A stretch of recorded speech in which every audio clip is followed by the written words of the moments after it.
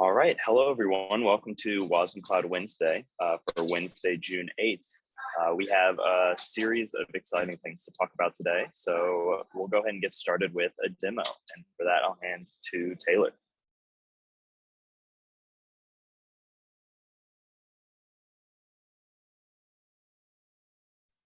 I should unmute myself before I talk. Okay, so let's go ahead and share this. So this is an exciting new thing we've added in. Let me share the right window. Okay, we are here on Ye Old Washboard, and it is a wonderful site that everyone here is probably used to seeing. If you're not familiar with wasmCloud and you're new to this meeting, this is the built-in dashboard that comes with it. It's just a simple dashboard so you can kind of see what's going on. And right here, we've set up one of our classic demos, which is the KV counter demo. So this has the HTTP server running that's connected to a KV counter actor that increments the counter with by one every time you hit any given endpoint inside of Redis, which it's also connected to. And so classic demo, but what we've done is we've now added tracing. So this tracing support is not yet released. It's going to be released soon. But you'll come here and we'll see, hey, look, the counter incremented to 2. Yeah, not really that exciting. We've all seen this demo probably, but let me go ahead and show you what this actually looks like now. So I grabbed the trace ID from off screen, and I'm going to come here. This is just Tempo and Grafana. You can do it to any OpenTelemetry exporter. And bam, there we go. We have a full set of tracing data from start to finish of that request. So we can see where it hit the HTTP server, where it's sent down to the actor, the actual RPC call underneath the hood, and then when it hits the actual wasmCloud and does the call into the actor, how long that takes, then to the outbound RPC, and then all the way out to the KV Redis increment command. And so we have the entire graph of exactly what's going on there and the whole time frame, how long each span took, everything you'd expect from a full tracing solution. And so with the new version of wasmbus RPC, this is being added in. And there's just one small breaking change to the provider main function if you're writing providers. But outside of that, it will, as long as you allow it to set up the tracing and logging for you, it will automatically pick all this up. And as long as you have something set up for OpenTelemetry, it will be able to export that data to OpenTelemetry.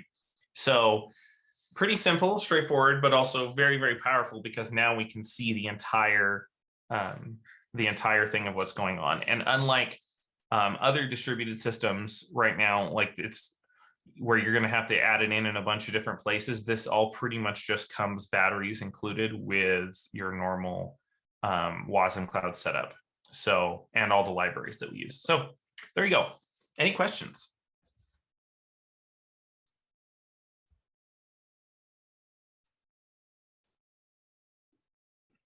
Actually, Taylor, if you could, can you maybe expand one of maybe the top piece?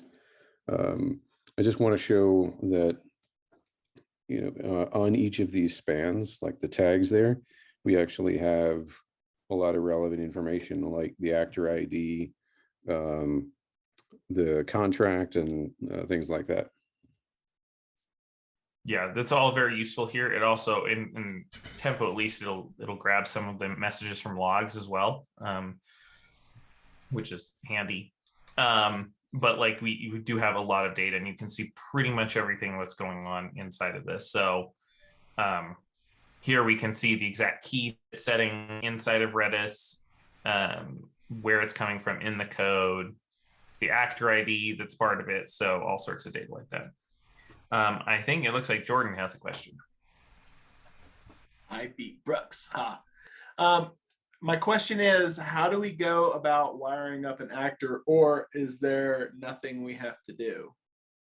Nothing you have to do for wiring up an actor. We do plan on adding probably some more stuff into actors in the future is my guess, but right now we didn't add it in directly to there because that's going to have to be probably provider based to be able to send it out to something specific.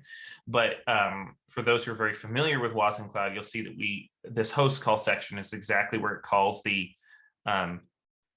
where it calls the underlying module, basically the WebAssembly that's being run. And then we see the outbound call from that WebAssembly module that goes out to the RPC thing to get what it needs. And then it returns back and then exits out. So you can actually see the execution time of that element is very small, because if you look at the stack of the graph, like one, you have just a point something milliseconds between the time it actually executes, then it's all around the calling and sending to KV Redis, and then just a little bit of time to take that data and send it back.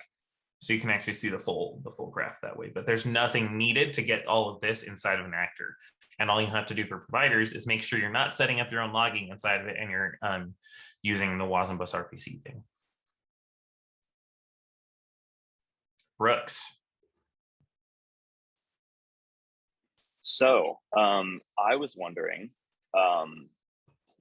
so you have this like Tempo Grafana thing all set up. Is it hard to get that all running and working with like this hotel setup? Like, am I gonna have to engineer this? Obviously for production, you're going to have to set up your own, because this is definitely not using production. But we do, if you want to try this out, have something. Let's go to OTP. So if you look inside of OTP, there is a new OTel directory. And this OTel directory has a Docker Compose file that you can use to just immediately set up Grafana and Tempo and have that be ready to collect. So just keep that in mind if you want to give this a whirl. It's pretty easy to do. That's how I set it up. It shows you have to export 2 environment variables before starting your host, and then you're pretty much good to go. I saw Jordan raised his hand, even if briefly. Yeah. I was going to ask just that. Is this in the de facto wasmCloud Docker Compose, or is this in its own? This is its own thing. OTel is actually, so in wasm bus RPC itself, the OTel code is blocked behind a feature flag too, not because we don't, it's just so that people don't have to pull in the dependencies if they don't want to. So all of this is optional. You don't have to turn this on. You don't have to use this. Everything will still work as normal, but we did make it so that this telemetry will be available for anyone who wants to do it with as much, to make it as easy as possible. Very cool.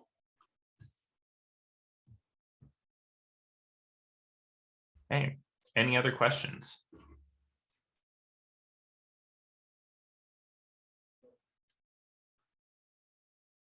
Okay, sounds good. I'll pass it off to whoever's next on the demo. Yeah, thank you, Taylor. So yeah, open telemetry in wasmCloud, very fun.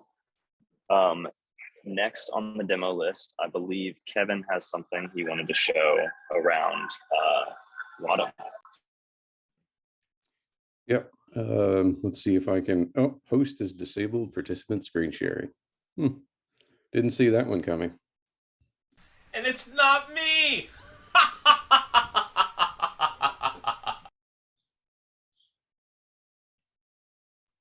Dr. Evil joined the meeting.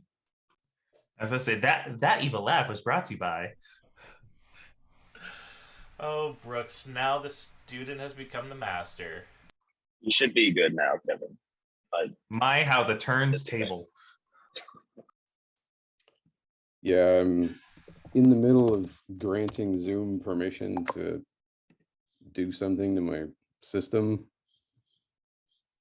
I don't know what's going on. Let's see here. There we go. Share. All right, can everybody see the magnificent terminal window? Okay, so what I wanted to do is give people an update on where the efforts are with regard to wadm. I know it seems like every time we have an update, the update is, well, we're working on it and we'll get there eventually, but I wanted to show some actual progress. So just like everything else in wasmCloud, if you want to deal with applications, you can use wash. So we use wash. Obviously, this is an experimental version of wash to I'm going to list the applications that are available within a lattice called root. So I have an app called My Example app. The newest version is 0.0.1, and its current deployment status is undeployed. I guess so. Maybe the first thing to notice is that you can have applications stored ready to go that may or may not be deployed. If it's deployed, that means there's an active autonomous agent monitoring that lattice for you. I can get the version history of that application. You can see that neither of those versions are deployed. You can see when I created them. Let's see what happens if I try and put an application. So in this case, let's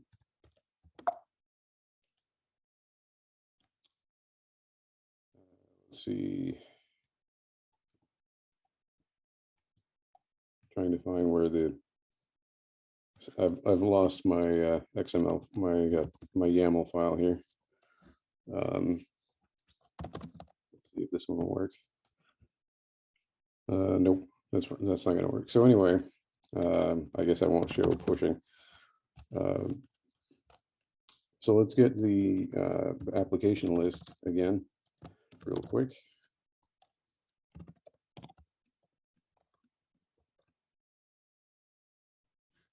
All right, so next thing, obviously, I'm going to want to do is to deploy this. So if I just wash app deploy the 0.0.1 version, and I'm going to choose the root lattice. So my app is now deployed. And then now I can walk away and go get some coffee. If I look in here, you can see that inside wadm, you'll see that it started a deployment monitor for 0.0.1. And what's interesting here is I already had an old version running, but because that old version was running, I stopped it and then replaced it with this new version. So now, let's take a look at the options available for Wash app.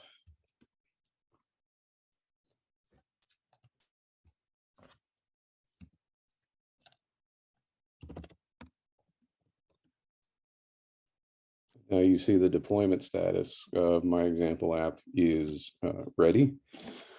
At the moment, that status is fake. I have so you can do everything for wadm that involves pushing and retrieving and querying the app specs. So that's all done and ready to go. And you can deploy and undeploy. But the autonomous agent that gets started and stopped currently does nothing. But I feel like we got this to a point where now we know exactly where the code is supposed to go in order to finish wadm. So I think this is a huge step forward. I'll be making both the version of wadm and this version of Wash available as pull requests probably later today. But yeah, I just wanted to show off where we are.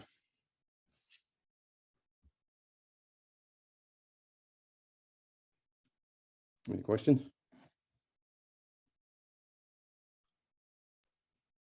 So will this allow us to be able to bootstrap wasmCloud to a known state at start time?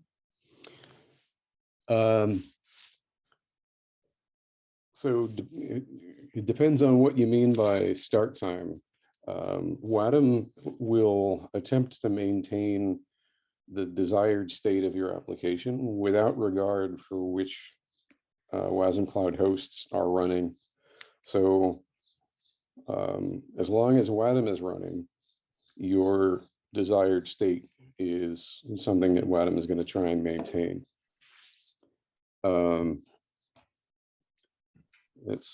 Here we go. Are you Hey, switching Kevin, tabs? But I don't think I can see that. I am switching tabs. Did you not see me switch tabs? For some reason, it seems like it will only show this first tab that you have. And as soon as you click on another one, the screen freezes. Maybe it's Okay. security. Can you see the YAML file? Yes. All right. So this is an application specification. It's got the name of the app, the version, and inside it are the components. And in this case, they're just garbage. It's just random stuff. But you can imagine, all of Pet Clinic being in here, or all of your application. So any logically grouped set of components that you want to manage as a whole unit, that's what wadm is for.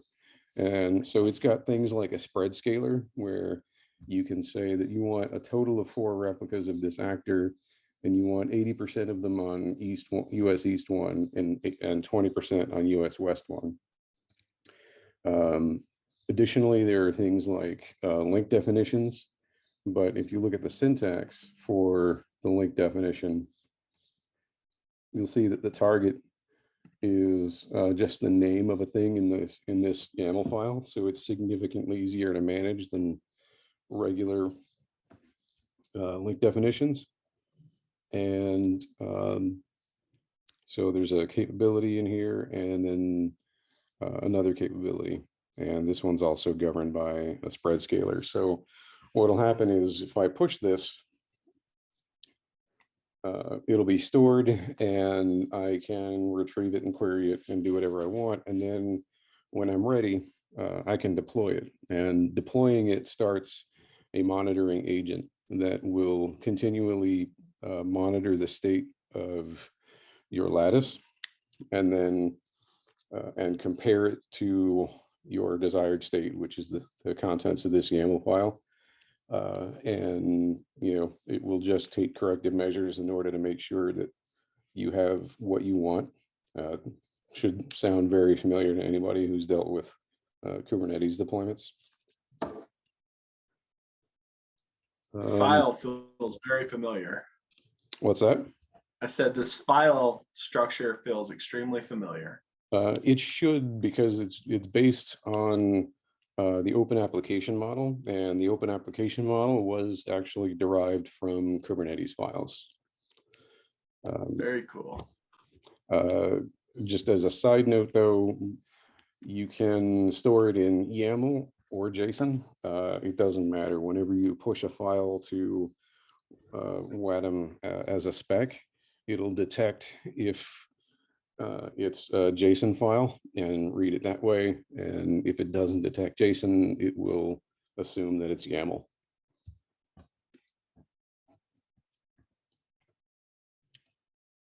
I can't see who's raising hands, so feel free to just jump right in. I got a question.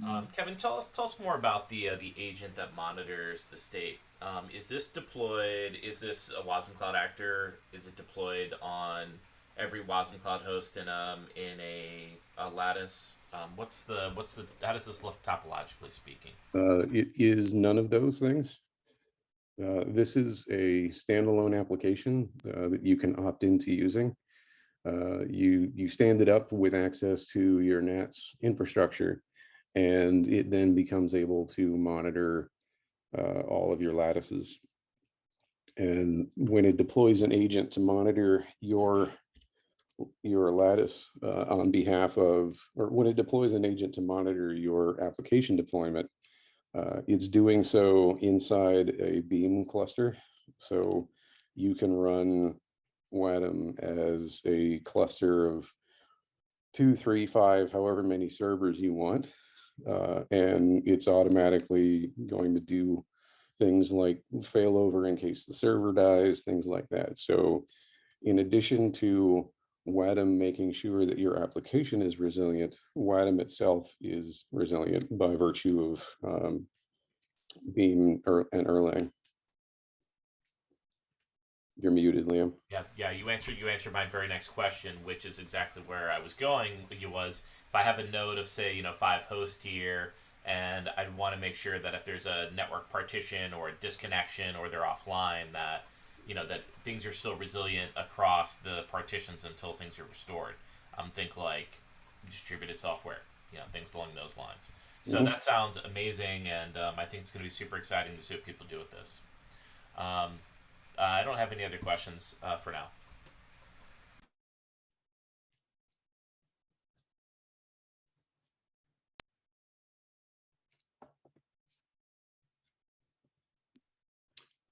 Janitha, looks like you have a question.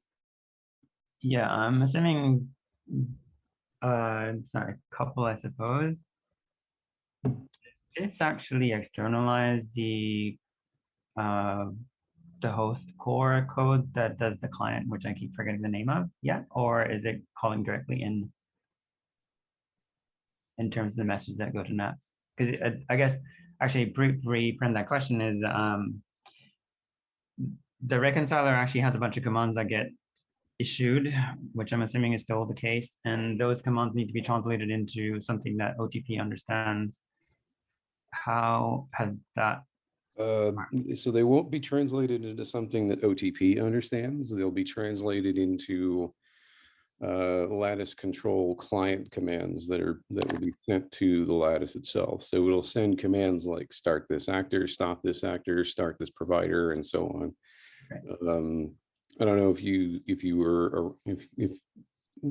I don't know when you joined, but earlier I had mentioned that the reconciler itself, the control agent, is right now empty. So what's written is the storage and retrieval of the app specs and the deployment and undeployment of the agents.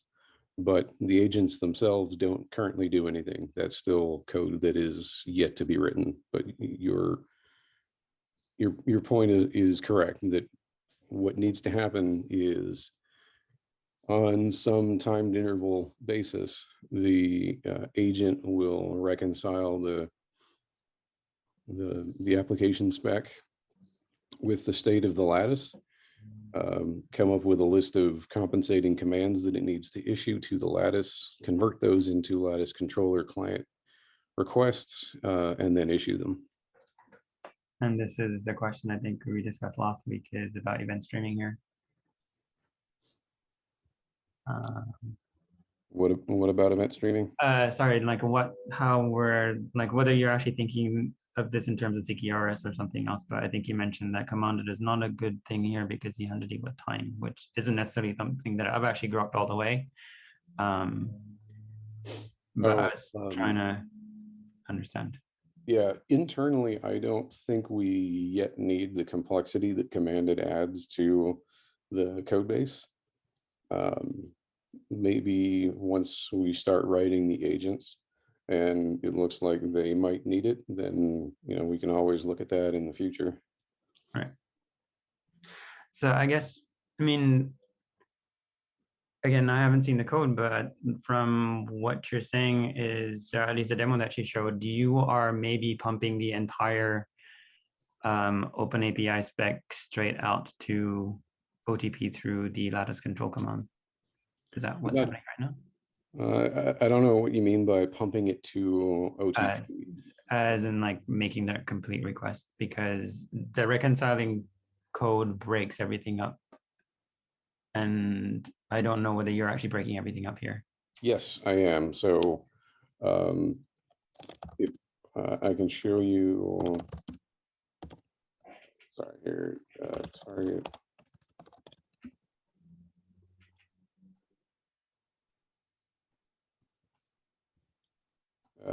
Sorry, it's not target wash.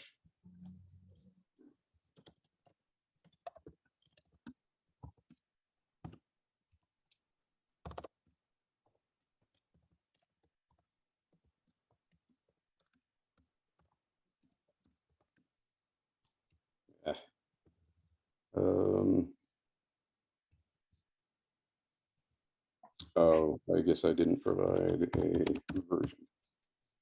There.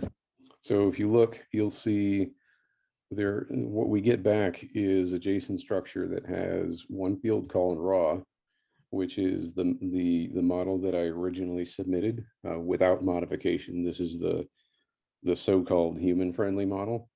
And then there's another field called vetted, and this is the post-processing model where everything has been normalized and converted into the internal app spec structure.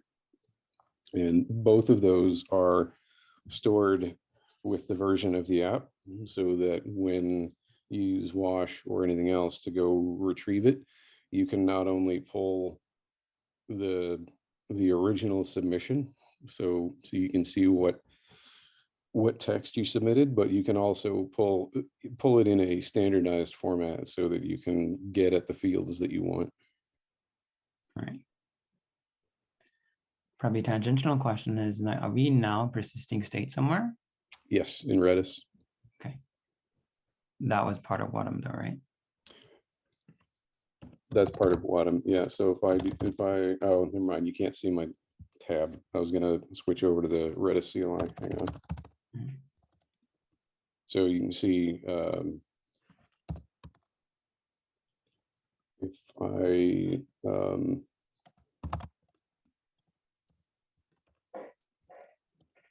you'll see that, like, that's the list of models that are sitting inside this lattice. Here's the version history for this particular app, and then if I were to grab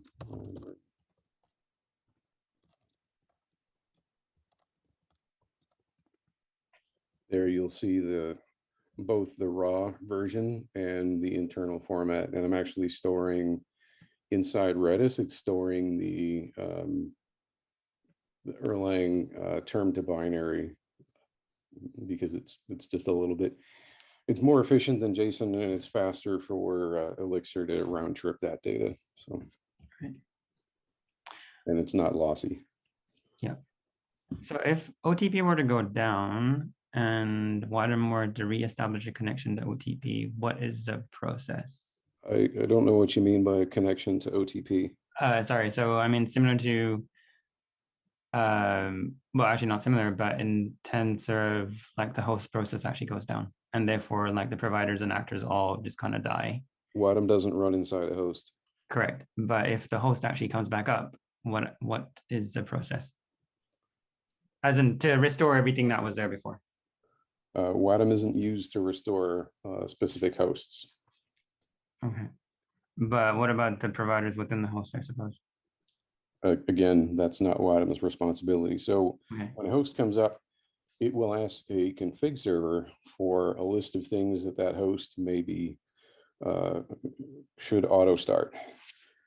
That's a very different concern than what wadm does. wadm will monitor the state of your lattice, and if the state that you have described is still healthy, wadm will take no action. So if your app spec says, I want 3 actors and 2 providers, and I want them scheduled in such and such a way, if a host that didn't have anything from your application on it goes away, wadm doesn't care.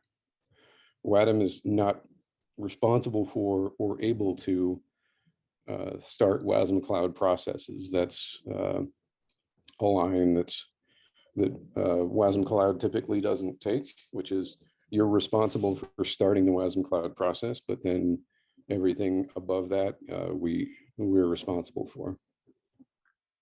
Huh. So I guess I missed something. So let's say that you want to have a provider and an actor in whatever configuration that you actually want, and that's a cold start. So that comes from the config server, and then you, well, at least digesting what you're saying is that then you would have to have that config No, what I'm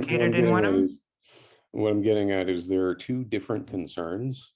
Okay. You would either use a config server if what you want to do is make sure that every single host starts with the same set of data or same, contents. And that's where, let's say you want every single host in your infrastructure to start with a specific capability provider. That's what you would use a config server for. You would not use wadm for that. You would use wadm to define an application called Pet Clinic that requires, these 4 actors, these 2 capability providers, and these link definitions between them at this scale. And if all of those conditions are met, wadm will sit there idly by and just keep watching. If one of those actors goes away for whatever reason, whether it's because a host died or because the actor crashed, or even someone manually terminated that actor, once wadm becomes aware of that absence, it'll see that there's a gap between what you want and reality, and it will issue a start actor command. Okay. So Kevin, I have a couple of questions, and Jennifer, I was on the same vein, so I wanted to keep going there. If you have wadm running and you have like a pretty simple app spec where you want an actor to run 50% in east and 50% in west, that's defined by like an label, and you have one host in east, one host in west. So wadm is happy your actor's running in both hosts, right? Yep. If you kill the east host, wadm is going to say, the application isn't going to be fulfilled, right? So just like sitting in that step, what happens then? So you saw the deployment status was ready when I did the check on it. That's the code for healthy. You would see that the application deployment is in an errored state because wadm cannot fulfill the desired state based on what's available to it. So if you've said that you need half of these actors to run on a host with a given label, and when it runs an auction, no hosts respond, it will switch itself into an error state, and it will try again over and over again to satisfy that, so that when a host with that label does come up, wadm will be able to push it there. But for the duration when those hosts are unavailable, your application will be in an error state. And again, we're talking about largely in the future tense, because these agents have not yet been coded. Yeah, but that's the plan. Okay, that makes sense. And then so if you say you were just doing a slow upgrade or a rolling upgrade to upgrade like your east host or something, you bring it down for 20 seconds, launch another one with the east label that responds to the auction, then wadm is just continuing to retry, again, future tense, but it will bring your application back to a normal state. Yeah. Okay. And if a host goes down, that is part of the requirements, and then it comes back up again before wadm's update cycle, then it will never have been the wiser and won't have needed to take any action. But if it's down longer than one of wadm's update ticks, then wadm will try and take corrective action. If it can't, because the lattice itself doesn't currently meet its requirements, then wadm will emit an event so that you'll see that on its event log. And when you query the status of that app in that lattice, you'll see that it's in an error state. The event logs are also, I'm planning on having those be durable, or at least semi-durable. So, if I do wash app, I want to be able to do wash app log, and then get the log for the deployed version of that app with some degree of history.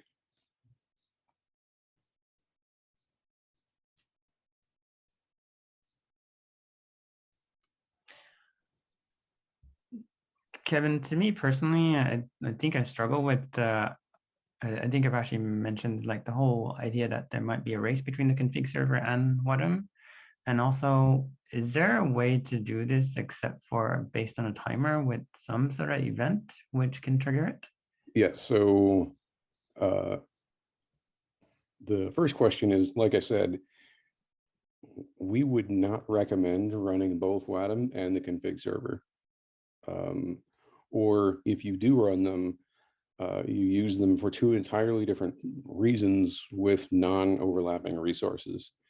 That said, wadm tags all of its resources so that there can be a version of an HTTP server provider that's running that is managed by wadm and one that's managed not by wadm, and it won't interfere with the unmanaged resources. Now, the second question you had, can you run that by me one more time? Sorry. Make sure I got it right.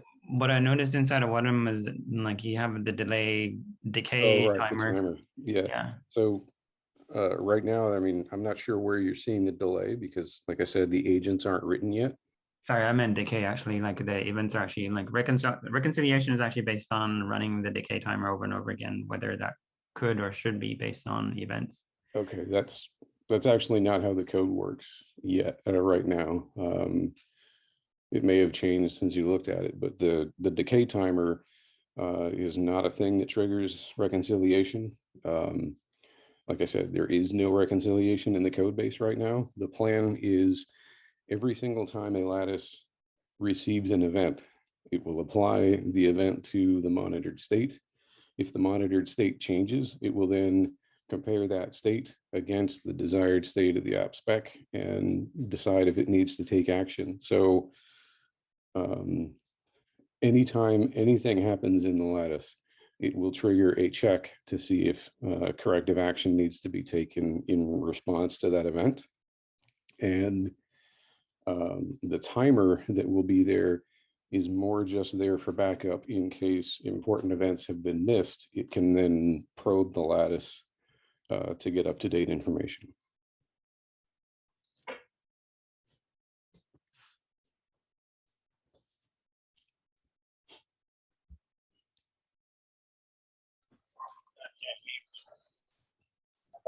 I have a question in a similar vein, or in a not similar vein. I know that you mentioned we're storing this in Redis. Probably really easy because we already have a ton of examples that launch Redis and the Docker Compose. Is it on our roadmap, or is it considered to use like mass Jetstream key value for wadm information, or is Redis kind of the indefinite home for this? Yeah, we actually had a big, long discussion about using Jetstream versus using Redis. And the verdict was that Redis got us operational faster. Haven't ruled out using Jetstream in the future, especially as it gets more mature and we want to do things like maybe make the event logs that wadm emits to be durable or semi-durable. We might want to look into using Jetstream for that. So again, this is all super early, super experimental, and as the code evolves and gets more complex and we get more features in there, we can reevaluate Jetstream. But for now, Redis gets us closer to the finish line faster. Yeah, also there was amnesiac as well, which is what I was playing with at some point in time. That had pretty quick replication.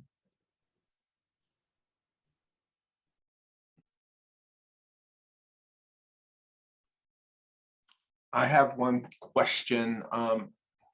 We obviously Nats is very much the backbone of all of this, and one of our awesomest tools as developers is that NGS gives us that free developer tier. Have we baselined, since there's like with wadm and all this other stuff, like if we were to put like a simple app with some EPS per month, have we baselined like the amount of traffic we will send over Nats over like a month time, making like, does the free 10 gigs like really, is that something we could probably use in production, or is it something like maybe not?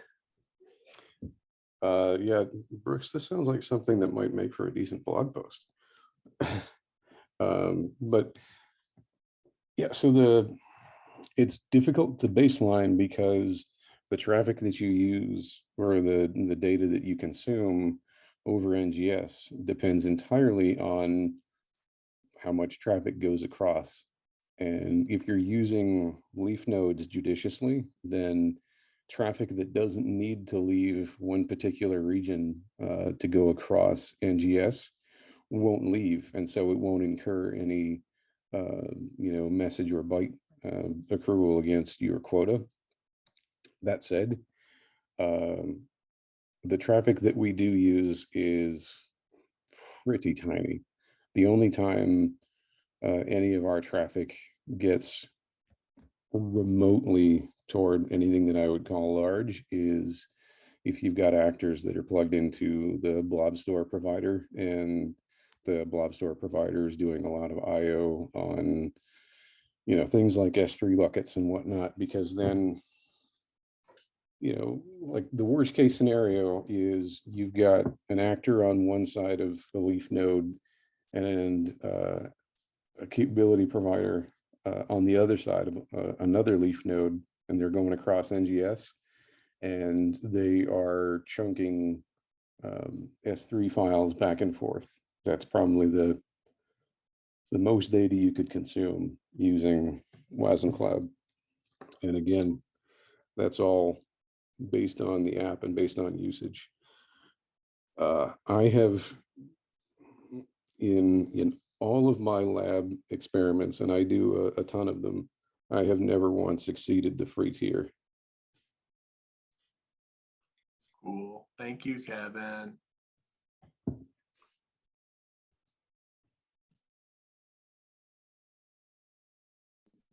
All right, that was some awesome discussion around wadm. Does anybody else have any questions that they want to ask either about that or the open telemetry stuff before we move on to more demos and other fun things?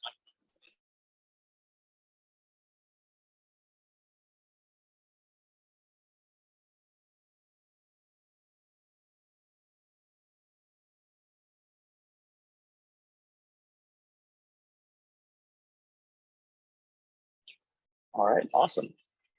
Well, does anybody else have any other demos for today?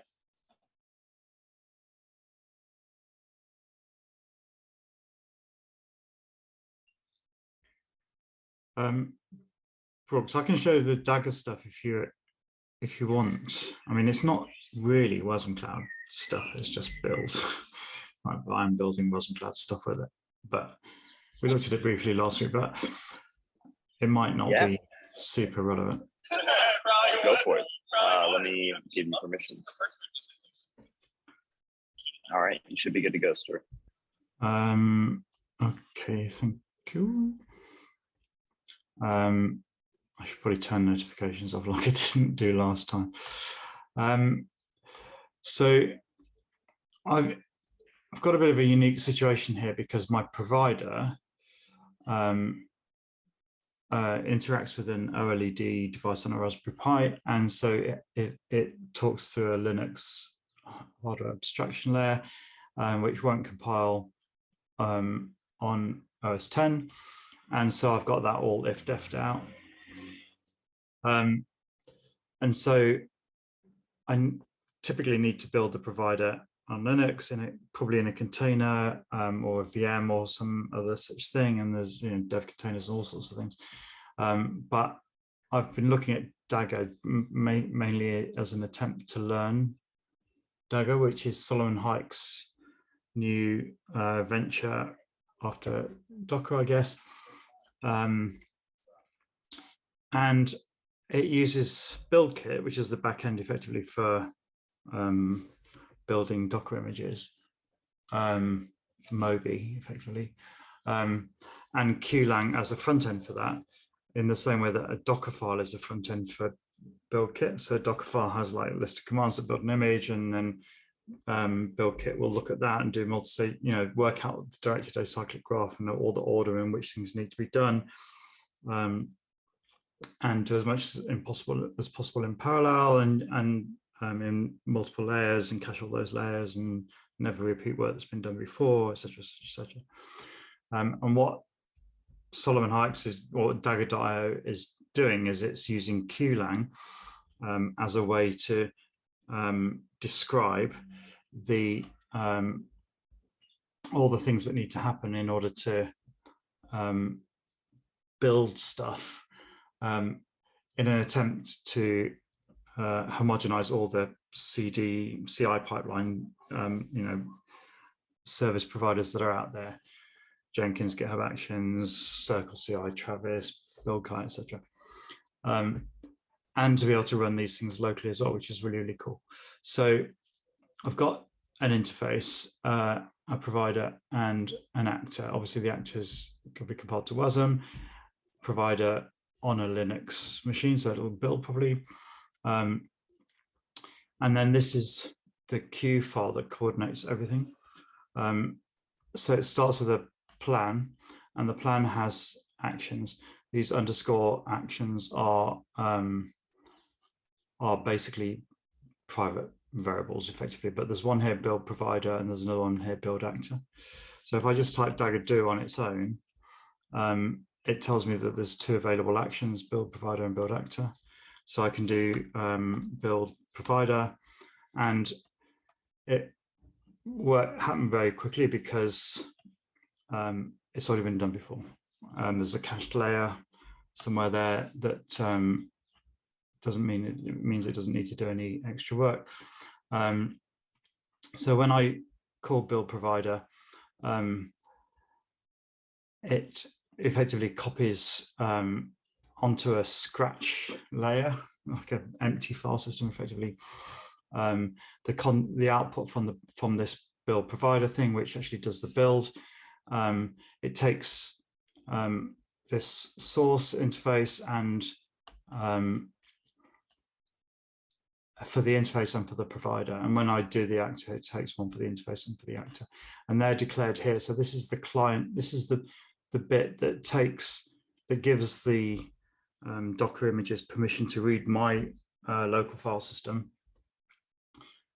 So there's a file system section, there's an mvar section as well.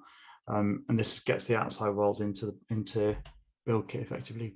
So the interface directory, which is here, excluding Rust target, is a Dagger file system, and it's got read access on that, and the same for provider and actor. And then the output, the write bits.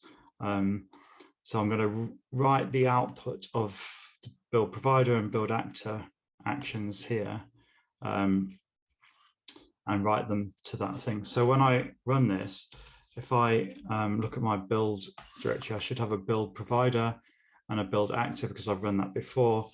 So this build actor has got my WebAssembly and the signed WebAssembly, and the provider has got the provider. But what's interesting, I guess, is that with the actor stuff,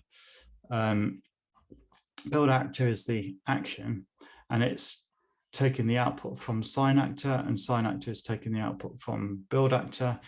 And these are effectively types that I've imported up here. So in the actor, I mean, I'm switching between actor and provider, but the same thing. And there's a build.q, and the build.q has this build type declaration effectively, which declares all these parameters that I'm passing in, and does a Docker build, so it pulls Rust latest. It adds Rust format because of the code gen. It adds a target for WebAssembly. It copies both of the sources in. One is the interface and one is the actor, and then it runs cargo build release in that work directory, and then it declares an output, which is the subdirectory of my output. So that's where the built stuff goes. So then when I go back so when I go back to Dagger queue on the actor, it's this sign actor. So actually build actor output then is input into the sign actor. So there's a sign.q in there somewhere, which does a similar thing. It's got some claims, the input file, the output file, the work directory, pulls wash image,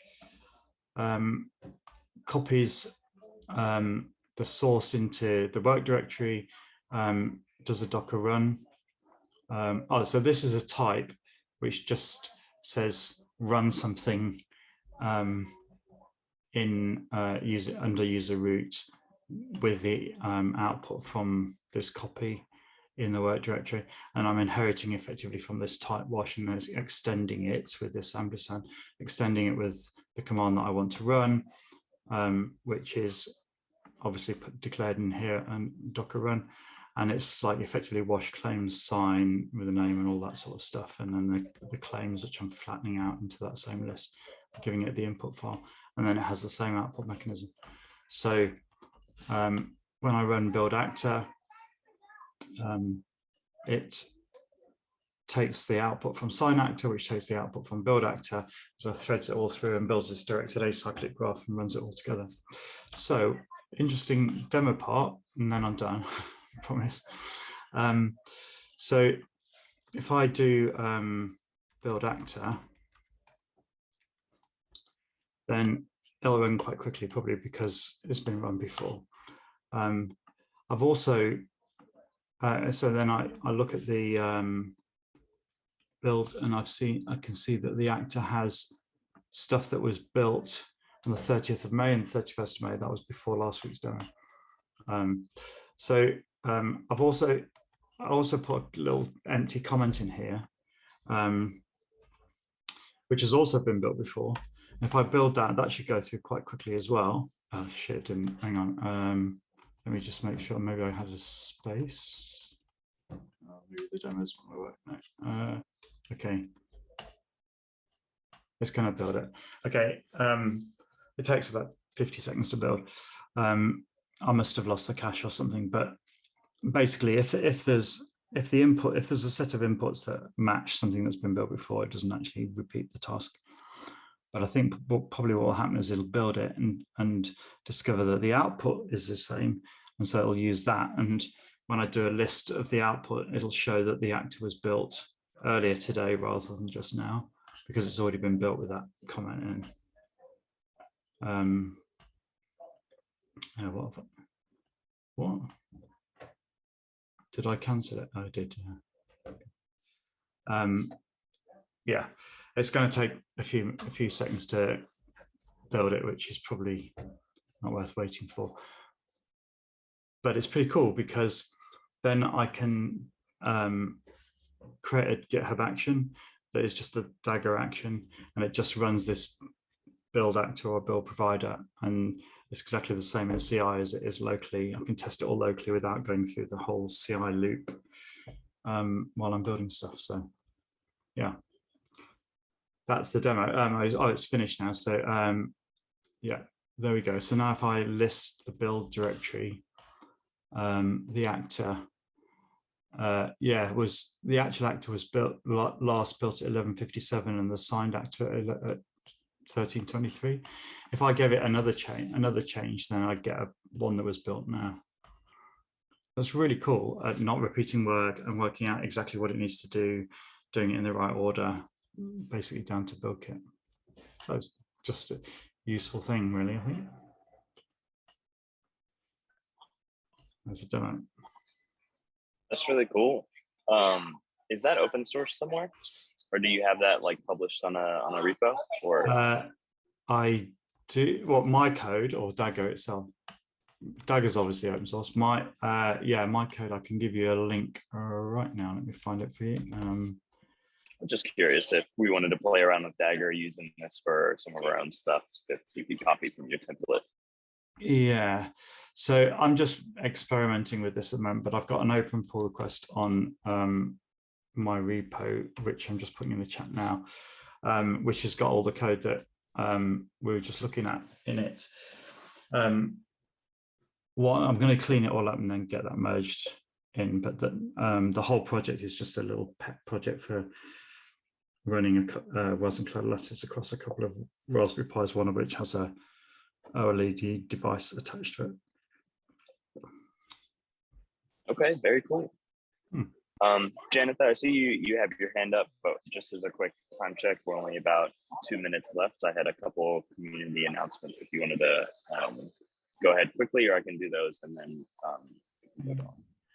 Sorry, Stuart, just a quick question is what is the advantage between this and having like a Docker build file? And I think you made the point last week that at the end of the day, all of these things are front ends for build kits for the build kit. Yeah, I think I think that, to me, I don't know if I've never seen this said anywhere, but I think that using QLang as a way of unifying configuration from all different places and being able to have configuration for specific things that you can extend and unify together into a build configuration, which you can then just give to BuildKit and say, yeah, execute this thing, is quite a powerful mechanism. The Docker file is a limited example of using BuildKit to build images, but it's effectively the same thing because it does work out a directed acyclic graph for you of all the commands in the Docker file, but not as useful because Q is a way of unifying configuration from all different places in a consistent way, which allows you to describe exactly all the steps in the order and the dependencies between them for your build system, and to do it once for all your build, whichever platform you're actually building on. Does that answer? I have to play and see actually as well, because I think he have a lot more ground knowledge than I do. Yeah, it's a bit of a mind fuck, because you've got the whole QLang thing in the way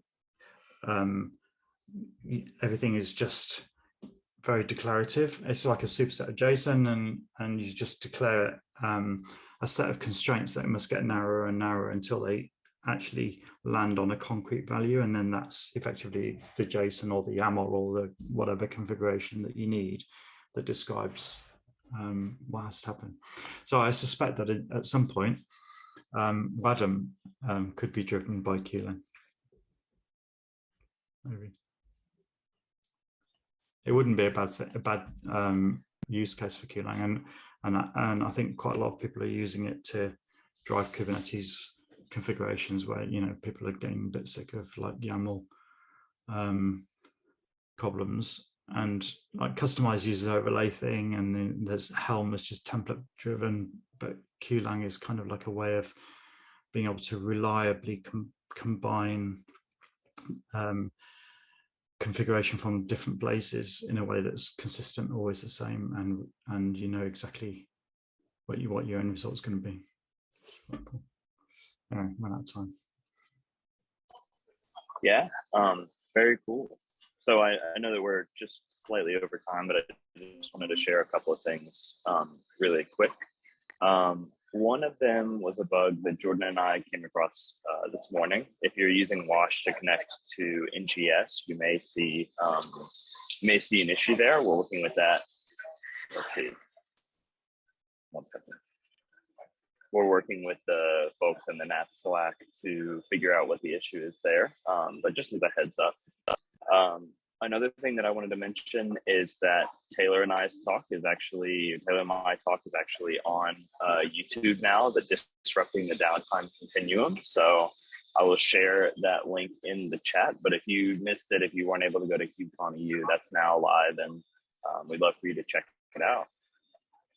And lastly, the thing that I'd like to mention is we are going to be at, and we are sponsoring the Open Source Summit in North America here in a couple of weeks. You can see our super fun Cosmonic logo under the silver level. So Cosmonic, the company, is going to be sponsoring this. I believe it's in Austin. If you're in Austin, please come and see us. One more community call out. Okay, that was. Oh, sorry, Brooks. One more community call out tomorrow at 3 o'clock. We have our regularly scheduled WebAssembly working group around wasmCloud NN, the machine learning extensions for wasmCloud.